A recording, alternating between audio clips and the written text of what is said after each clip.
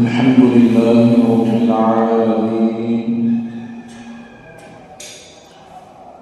والصلاة والسلام على سيد الأنبياء والمرسلين أما بعد فأعوذ بالله من الشيطان الرجيم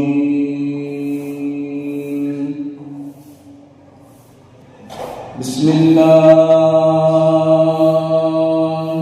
الرحمن الرحيم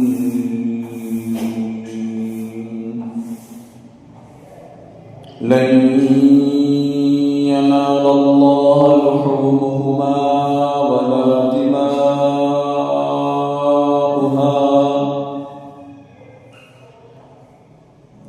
لن ينال الله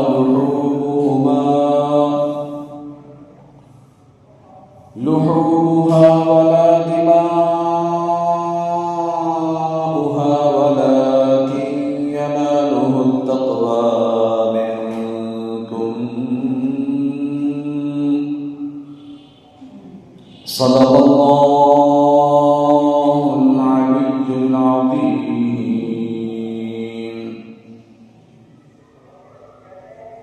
گنبد خضرا میں آرام فرمانے والے آقا، غریبوں کے غمگسار نائب پروردگار جناب احمد مختار جناب محمد رسول اللہ صلی اللہ علیہ وسلم کی بارگاہ کسبناہ میں عقیدت و محبت کے ساتھ درود پاک کا نذرانہ با آواز بلند پیش کر لیں اور پڑھیں. اللہم صل علی سیدنا و مولانا محمد وبارک وسلم صلاة و سلاما علیک یا رسول اللہ صلی اللہ تعالی علیہ وسلم. اعتکاف کی نیت فرما لیں. نویت سنت الاعتکاف. پیارے مسلمانوں، یہ قربانی کا مہینہ چل رہا ہے اور بہت جلد وہ دن بھی آنے والا ہے جس میں پوری دنیا کے اندر عاشقان رسول سیدنا حضرت ابراہیم خلیل اللہ علی نبینا وعلیہ الصلاۃ والسلام کی پیاری سنت پر عمل کرتے ہیں، یعنی قربانی پیش کرتے ہیں. جو عشرہ ذو الحج یعنی ذو الحجۃ الحرام کے ابتدائی 10 دن میں جو انتہائی فضیلت والے ہیں، ان کا آخری دن ہے. حدیث پاک کے مطابق عشرہ ذو الحج میں ایک نیکی کا ثواب 700 نیکیوں سے بھی زیادہ کر دیا جاتا ہے. تو گویا یہ مہینہ اور آج گویا نیکیوں کے اس موسم بہار کا دن ہے. جتنی ممکن ہو آج نیکیاں کر لی جائیں، زیادہ سے زیادہ ذکر اللہ کرنا چاہیے، درود پاک پڑھنا چاہیے، نمازوں کی پابندی، جماعت کا اہتمام، جماعت کے ساتھ نماز پڑھنا واجب ہے تو اس کو بھی ترک نہ کیا جائے۔ آج بالخصوص صدقہ و خیرات کا دن ہے، قربانی کرنے ہیں انشاءاللہ الکریم، تو یاد رہے قربانی کے بھی مسائل ہیں۔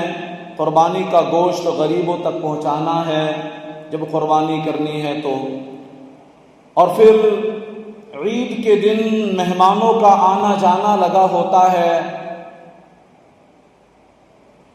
تو اچھی اچھی نیتوں کے ساتھ مہمان نوازی کا بھی ذہن بنانا ہے،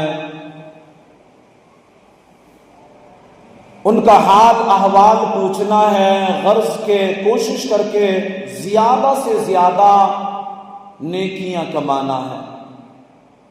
حدیث پاک کی مشہور کتاب ترمذی اور ابن ماجہ میں مسلمانوں کی پیاری امی جان حضرت سیدنا عائشہ صدیقہ طیبہ طاہرہ عابدہ زاہدہ رضی اللہ عنہا سے روایت ہے، اللہ پاک کے آخری رسول مقبول بی بی آمینہ کے گلشن کے مہکتے پھول صلی اللہ علیہ وسلم نے فرمایا کہ قربانی کے دن آدمی کے اعمال میں اللہ پاک کے ہاں سب سے زیادہ پسندیدہ عمل قربانی کے جانور کا خون بہانا ہے۔ بے شک قربانی روز قیامت اپنے سینگوں، بالوں اور کھروں کے ساتھ لائی جائے گی، اور بے شک قربانی کے جانور کا خون زمین پر گرنے سے پہلے اللہ پاک کے ہاں بلند مقام کو پہنچ جاتا ہے، یعنی اللہ کی بارگاہ میں مقبولیت کا درجہ حاصل کرتا ہے۔ نشانی ہے وفا کی اور ایک نعمت ہے قربانی، خدا کے دوست ابراہیم کی سنت ہے قربانی، مسلمانوں کبھی قربانی سے پیچھے نہیں ہٹنا، وقار دین ہے اسلام کی شوکت ہے قربانی۔ اور مسلمانوں آج یہ میسج لے کر کے جائیں، انشاءاللہ الکریم لاکھوں لاکھ مسلمان قربانی کرنے کی سعادت حاصل کریں گے۔ اللہ پاک سب کی قربانی اپنی بارگاہ میں قبول فرمائے۔ یہ بات ذہن میں بٹھا لیجئے کہ قربانی قبول ہونے میں سب سے زیادہ جس چیز کی اہمیت ہے، جس چیز کا دخل ہے، وہ دل کی کیفیت ہے۔ اس چیز کو مد نظر رکھیں۔ کوئی بھی کام ہم کرتے ہیں، کسی بھی کام کا بیڑا اٹھاتے ہیں، کسی کام کی نیت کرتے ہیں، تو وہ کام اس کی خصوصیت اور اس کی لذت یہ دل سے تعلق رکھتی ہے، یعنی دل کی کیفیت کیا ہے اس کام میں۔ اللہ پاک قرآن مجید میں ارشاد فرماتا ہے، لن ينال الله لحومها ولا دماؤها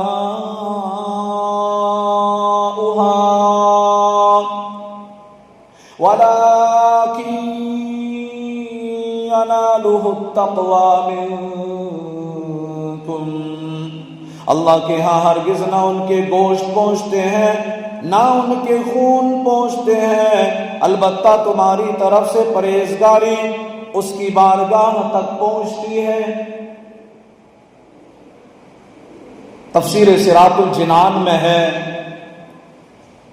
اس آیت کے تحت فرمایا گیا کہ زمانے جاہلیت میں غیر مسلم اپنی قربانیوں کے خون سے کعبہ شریف کی دیواروں کو آلودہ کرتے تھے۔ جانور قربان کرتے، پھر ان کے خون سے کعبہ شریف کی دیوار کو آلودہ کیا کرتے تھے، اور سمجھتے تھے کہ اس طرح کرنے سے ہمیں اللہ پاک کا قرب ملے گا، اللہ پاک کا ہمیں قرب نصیب ہوگا، یہ کر کے وہ اپنے دل میں یہ سمجھتے تھے۔ پھر جب اسلام کا نور جگمگایا، صحابہ کرام علیہ رضوان نے حج کیا، قربانیاں پیش کی، تو ان کی تعظیم کے لیے آیت کریمہ اتری اور بتا دیا گیا کہ اللہ پاک کی بارگاہ میں نہ تو قربانی کا گوشت پہنچتا ہے اور نہ قربانی کا خون پہنچتا ہے، بلکہ اللہ پاک کی بارگاہ میں تمہارے دلوں میں جو تقویٰ ہے، جو تمہارے دلوں میں صفائی ہے، جو تمہارے دلوں میں قدر ہے، جو تمہارے دلوں میں اللہ کی محبت ہے، اور جس مقصد کے لیے کر رہے ہو یہ اللہ پاک تمہارے دلوں کو جانتا ہے، یہ تقویٰ و طہارت اس تک پہنچتی ہے، تمہارے دلوں کا اخلاص یہ پہنچتا ہے۔ جانتا ہے بارگاہ حق کے آئین و اصول، دل کے ٹکڑوں کی یہاں پر نظر ہوتی ہے قبول۔ شیخ ابو طالب مکی رحمۃ اللہ علیہ نے اس آیت کریمہ کی جو وضاحت فرمائی ہے اس کے مطابق اس کے مفہوم کو ذرا کھول کر بیان کروں تو مطلب یہ ہوگا کہ اللہ پاک فرماتا ہے میرے بندو، اے میرے بندو، تم گھر سے نکلے لوگ تمہیں دیکھ رہے تھے، تم مویشی منڈی پہنچے لوگ تمہیں دیکھ رہے تھے، تم نے جانور خریدا لوگ تمہیں دیکھ رہے تھے، تم جانور گھر لائے لوگ تمہیں دیکھ رہے تھے، تم نے جانور کی دیکھ بھال کی لوگ تمہیں دیکھ رہے تھے، تم نے جانور کو میرا نام دیا اور میرے نام پر ذبح کیا لوگ تمہیں دیکھ رہے تھے، تم نے جانور کا گوشت خود بھی پکا کھا لیا، لوگوں میں تقسیم بھی کر دیا، لوگ تمہیں دیکھ رہے تھے۔ الغرض جانور خریدنے سے لے کر اسے قربان کر کے گوشت کھانے تقسیم کرنے تک تمہارے سارے کے سارے اعمال دوسروں کے سامنے تھے، لیکن اس پورے وقت میں ایک چیز ہے جو میرے تمہارے درمیان تھی، وہ تمہارے دل کی کیفیت ہے، وہ تمہارے دل کی کیفیت ہے۔ بندے کے دل میں کیفیت کیا بن رہی ہے یہ اعمال کرتے ہوئے؟ تو فرمایا وہ دل کی کیفیت ہے، بس تمہارے اعمال کی قبولیت کا فیصلہ اسی دلی کیفیت پر کیا جائے گا۔ یہ دیکھا جائے گا کہ تمہارے دل میں تقویٰ تھا یا نہیں تھا۔ اللہ پاک کے ہاں جو قبول ہے وہ یہی تقویٰ ہے، اللہ پاک کے ہاں جو مقبول ہے وہ یہ دل کا اخلاص ہے، اللہ پاک کے ہاں جو قبول ہے وہ یہی تمہاری سوچ ہے، اچھی سوچ ہے، دل کا اخلاص ہے، تقویٰ ہے، یہ اللہ کی بارگاہ میں مقبول ہے۔ اور مسلمانوں اب ہم غور کر لیں، جب ہم جانور خریدنے گئے تھے دل میں نیت کیا تھی؟ کیا جانور خریدتے وقت دل میں یہ نیت تھی لوگ کیا کہیں گے، یا یہ جذبہ تھا کہ رب کائنات کے نام پر بہتر سے بہتر جانور قربان کروں گا؟ جب جانور لے کر محلے میں پہنچے تھے لوگوں نے دیکھ کر واہ واہ کی تھی، اس وقت دل کی کیفیت کیا بنی تھی؟ دل میں وسوسے کیا آئے تھے؟ دل میں اس کی کیفیت کیا گزر رہی تھی آپ کی؟ جب دوسروں کے جانور دیکھ کر اپنے اور دوسرے کے جانور کا موازنہ کیا تو اس وقت میں تمہارے دل میں کیا کیفیت تھی؟ غرض کہ ہماری قربانی میں گوشت وہ ہے جو ہم کھائیں گے یا لوگوں میں تقسیم کریں گے، خون کو مٹی چوس جائے گی، کھال کسی مدرسے میں پیش کر دی جائے گی، ایک چیز باقی بچے گی، ایک چیز باقی بچے گی، ہمارے دل کا اخلاص، ہمارے دل کی کیفیت، ہمارے دل کا تقویٰ، ہمارے دل میں موجود جذبہ اطاعت، ہمارے دل میں موجود اپنے رب کی محبت۔ اگر یہ مقدس کیفیات موجود ہے تو انشاءاللہ الکریم قربانی قبول ہوگی، اگر نہیں ہے تو پھر ہم اور آپ سب سمجھ سکتے ہیں اللہ نے ہمیں عقل عطا کی ہے، اخلاص کی جگہ دکھلاوا ہے، تقوی کی جگہ گوشت کا حصول مقصود ہے، رب کی محبت کی جگہ اپنی سخاوتوں کا اظہار مقصود ہے، پھر معاملہ دشوار ہو سکتا ہے۔ اس لیے آج ہم جب قربانی کریں گے تو اس وقت دلوں کی کیفیت درست رکھیں گے، دلوں کی کیفیت درست رکھیں گے، اسی کے اوپر سب ڈپینڈ رکھتا ہے۔ ہم نماز پڑھنے آئے ہیں، اس میں بھی ہمیں اپنے دل پر غور کرنا چاہیے۔ ہم رب کی بارگاہ میں جو بھی پیش کرتے ہیں سب ہمیں اپنی نظروں کے سامنے رکھنا چاہیے کہ مقصد کیا ہے، اس میں دل میں کیفیت کیا بن رہی ہے، کیا اخلاص کی دولت ہے، کیا محبت الہی ہے؟ یہ تمام چیزیں عبادت میں بڑا اثر رکھتی ہیں، بڑا مقام رکھتی ہیں۔ قرآن کریم اور احادیث کریمہ میں ہمیں اسی کیفیات ہی کے تعلق سے بتایا گیا۔ اور ایسی کیفیات بتائی گئی ہیں کہ قربانی کرتے وقت ان کیفیات کو دل میں رکھنا بہت اہم ہے، بہت ضروری ہے۔